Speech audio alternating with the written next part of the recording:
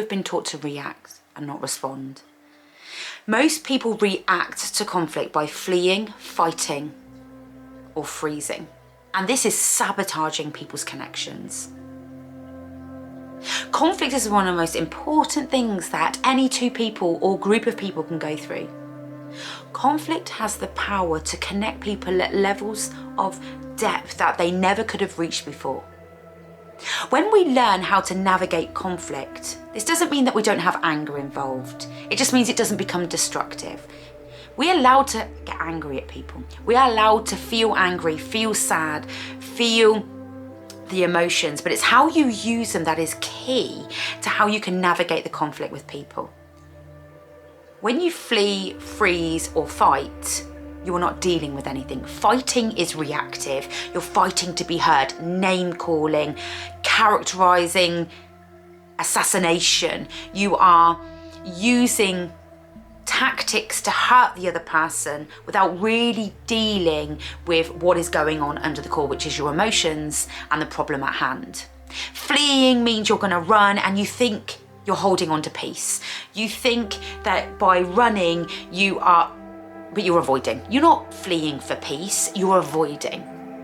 Now, fleeing for peace and then going back and dealing with it is healthy, but fleeing and then just shutting the door on that person, or fleeing and having no corrective conversation, literally is just your way of shutting down and not dealing with it. And freezing is your way of appeasing. Freezing and appeasing go together.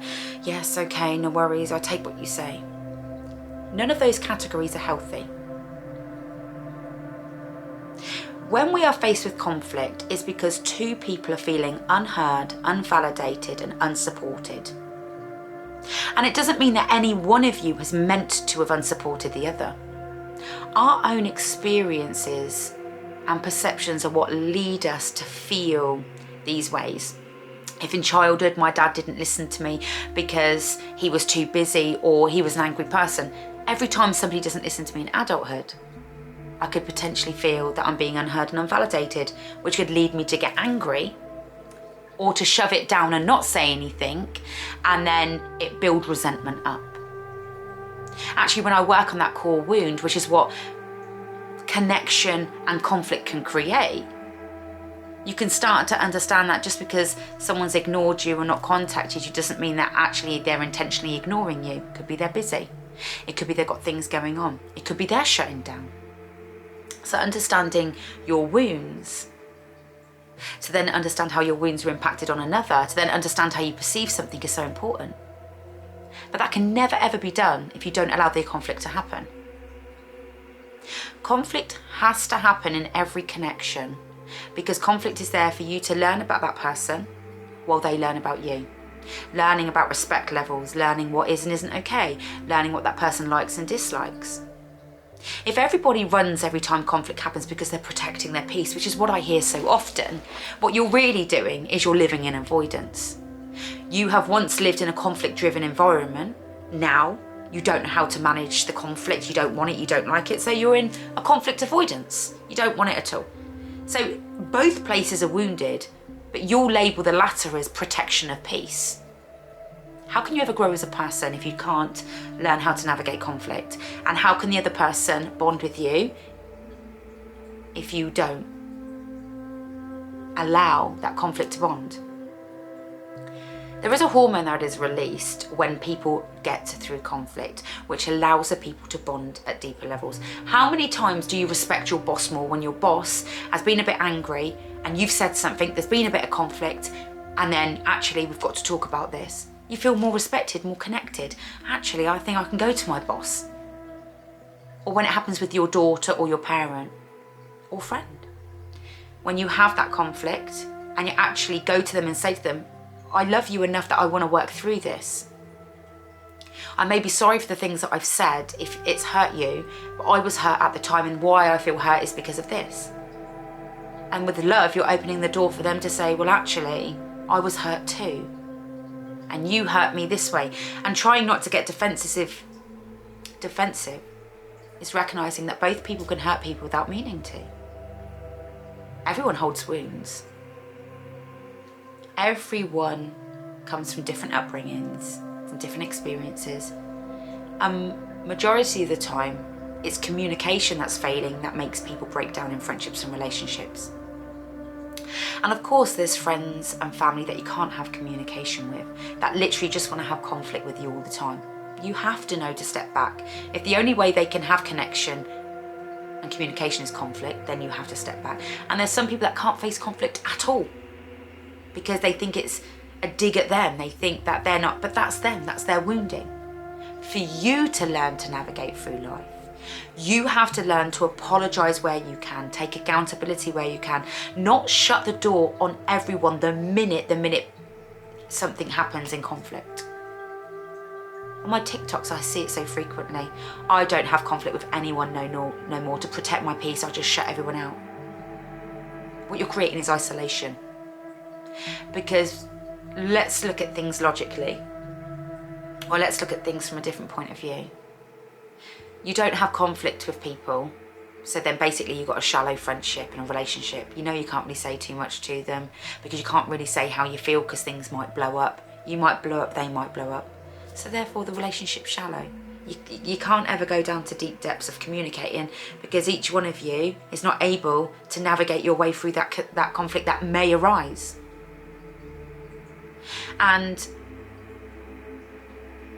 it's stopping the bonding and the connection because people are not wanting to feel uncomfortable things. We have to learn to sit and feel the uncomfortableness that somebody has hurt us, that they have their reasons to, and we're not perfect. And actually there's lots of things we have to accept, there's lots of things we have to learn to let go of if you want to have connection. And you can say, well, I don't want connection, I'm quite happy on my own. Well, how happy are you on your own? Because the majority of people who tell me they're happy on their own are the same people that suffer depression and anxiety or some form of physical illness. So how happy really are you on your own? So learning to navigate conflict is learning to face the feelings in a friendship or relationship as it arises, and I'm going to show you how I deal with it. Now, when conflict arises, I will say how I feel, but I won't be personal, so I won't say anything about their characteristics, I won't say anything about them. I will stick to facts of how I feel and facts of what I believe has happened. But I'll also be aware of what I believe has happened may not be their truth. If they come back to me and they're absolutely invalidating me, shutting me down, telling me I'm wrong, I know then that I can't communicate that with them, so I step back. And they may keep entering in to try and rehash, and I'll say no. Until we can both be open to each other, until we can both talk to each other and accept each other, I'm not here to hear you screaming at me of while I'm wrong. And that gives them a choice. They'll either go away and reflect and want you in their life enough to take some accountability, or they don't. And if they don't, then they're not resonating at the energy that you're at that time. But they may come back 6 months later. So this is why it's key to not always close the door on people straight and leave that door completely shut. People change and grow and reflect.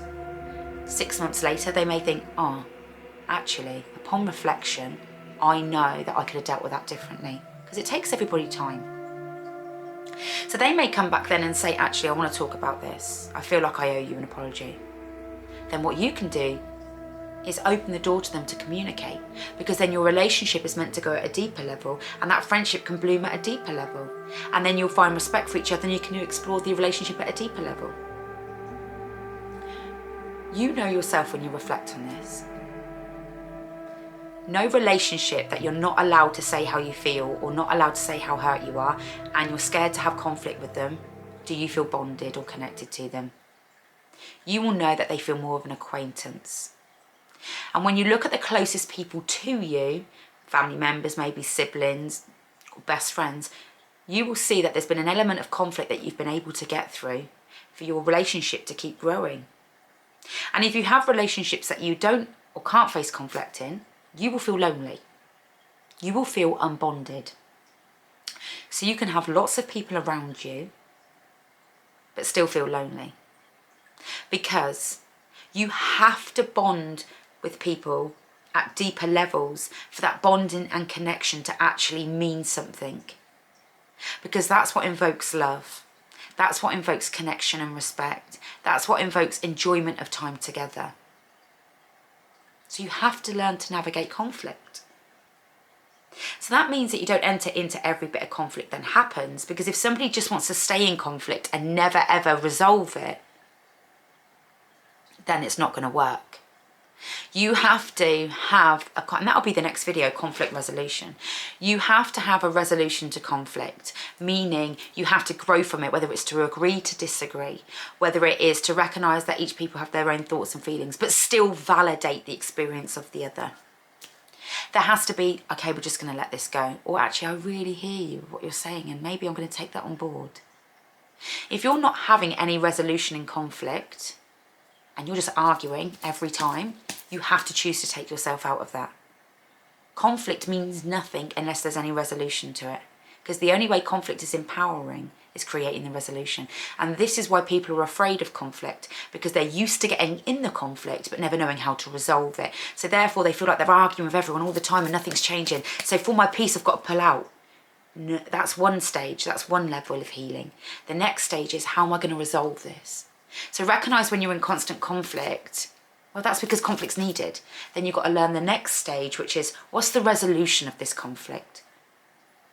You have to learn that that other person has a voice that you have to listen to too. If every time you go into an argument just to be heard, you will never resolve anything, because that person will feel unvalidated and unheard. And you will think, I just need to get my say out, you need to listen to me. But you can't expect from another what you're not willing to give. If you're not willing to hear them out too, if you're not willing to listen to them, then why do you deserve to be listened to and validated? You have to learn that if you want to be respected and validated and heard, you have to give that to another. And only ever when you give it to another will you get it back. Why? One, because you have to teach the other person that look, you wouldn't have known what you know until you've, I keep zooming in. You wouldn't know what you know now unless you watch this video. So they don't know. You don't know what you know until somebody teaches you it. And quite often, teaching somebody else it is through action and not telling them.